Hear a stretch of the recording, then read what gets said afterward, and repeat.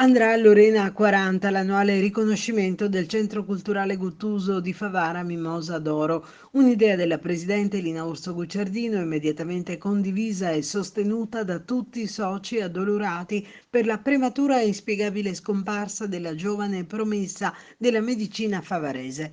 Lorena, ricordiamo, uccisa dal fidanzato, la cui dinamica è attualmente al vaglio degli inquirenti, si sarebbe laureata da qui a poco in medicina. L'ennesimo efferato femminicidio ne ha spento i sogni.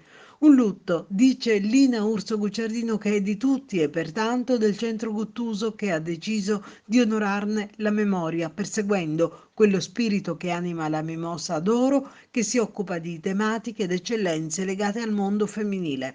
Lorena e la sua testimonianza devono rappresentare un tassello di quel percorso tracciato da questo premio Mimosa d'Oro, dice, che ha oltrepassato i confini regionali allargando il suo orizzonte.